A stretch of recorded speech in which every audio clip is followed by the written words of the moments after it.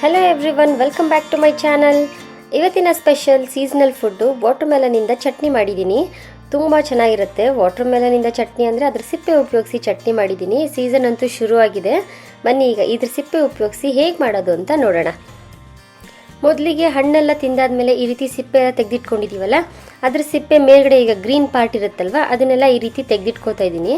ಇಲ್ಲ ಸೌತೆಕಾಯಿ ಸುಲಿಯೋ ಪೀಲರ್ ಇರುತ್ತಲ್ವ, ಅದರಲ್ಲೂ ಕೂಡ ಪೀಲ್ ಮಾಡ್ಕೋಬೋದು. ಈ ರೀತಿ ಎಲ್ಲ ನೀಟಾಗಿ ತೆಗೆದು ಒಂದು 2-3 ಸತಿ ಚೆನ್ನಾಗಿ ತೊಳೆದಿಟ್ಕೊಂಡು ಅದನ್ನ ಸಣ್ಣ ಸಣ್ಣ ಪೀಸಾಗಿ ಕಟ್ ಮಾಡಿ ಇಟ್ಕೋತಾ ಇದ್ದೀನಿ.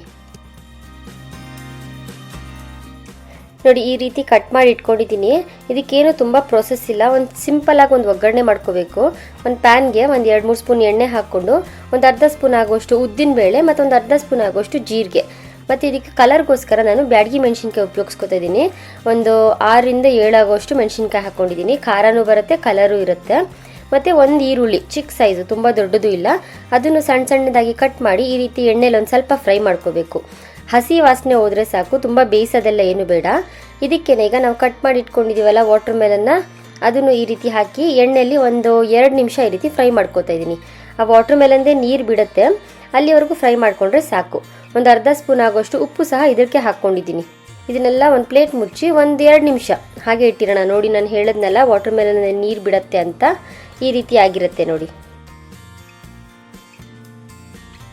ಈಗ ಸ್ಟವ್ ಆಫ್ ಮಾಡ್ಕೊಂಡ್ಬಿಡೋಣ. ಲಾಸ್ಟಲ್ಲಿ ಇದಕ್ಕೆ ಒಂದು ಸ್ವಲ್ಪ ಆಗೋಷ್ಟು ಕೊತ್ತಂಬರಿ ಸೊಪ್ಪು ಮತ್ತು ಒಂದು ಹೆಬ್ಬೆಟ್ಟಿನ ಗಾತ್ರ ಆಗೋಷ್ಟು ಹುಣಸೆ ಹುಳಿ ಸ್ವಲ್ಪನೇ ಹಾಕ್ಕೊಳ್ಳಿ, ತುಂಬ ಹಾಕ್ಕೊಳ್ಳೋದು ಬೇಡ. ತಣ್ಣಗಾದ್ಮೇಲೆ ಒಂದು ಮಿಕ್ಸಿ ಜಾರಿಗೆ ಹಾಕ್ಕೊಂಡು ನೋಡಿ ಈ ರೀತಿ ರುಬ್ಕೊಂಬರೋಣ. ನೀರೇನು ಹಾಕಕ್ಕೆ ಹೋಗ್ಬೇಡಿ ಜಾಸ್ತಿ, ಆ ಸಿಪ್ಪೆಲೆ ತುಂಬ ನೀರಿನ ಅಂಶ ಇರುತ್ತೆ. ನೋಡಿ ಎಷ್ಟು ಕರೆಕ್ಟಾಗಿ ಆಗಿದೆ. ಹಾಗೂ ಬೇಕನ್ಸಿದ್ರೆ ಒಂದು ಅರ್ಧ ಗ್ಲಾಸ್ ಆಗೋಷ್ಟು ನೀರು ಹಾಕ್ಕೊಳ್ಳಿ. ಇದನ್ನೆಲ್ಲ ಒಂದು ಕಪ್ಪಿಗೆ ಹಾಕ್ಕೊಂಡು ಇದಕ್ಕೊಂದು ಒಗ್ಗರಣೆ ಹಾಕ್ಕೊತಾ ಇದ್ದೀನಿ. 1 ಸ್ಪೂನ್ ಆಗೋಷ್ಟು ಎಣ್ಣೆ, ಒಂದು ಸ್ವಲ್ಪ ಸಾಸಿವೆ ಮತ್ತು ಕರಿಬೇವಿನ ಸೊಪ್ಪು ಅಷ್ಟೇ.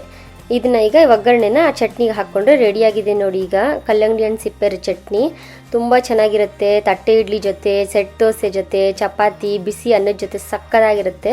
ನೀವು ಒಂದ್ಸತಿ ಟ್ರೈ ಮಾಡಿ. ಹೀಗೆ ಸಿಂಪಲ್ ಅಡುಗೆ ಸೂಪರ್ ಟೇಸ್ಟ್ಗಾಗಿ ನನ್ನ ಚಾನಲ್ನ ಸಬ್ಸ್ಕ್ರೈಬ್ ಮಾಡ್ಕೊಳ್ಳೋದು ಮರಿಬೇಡಿ. See you in the next video. Thank you.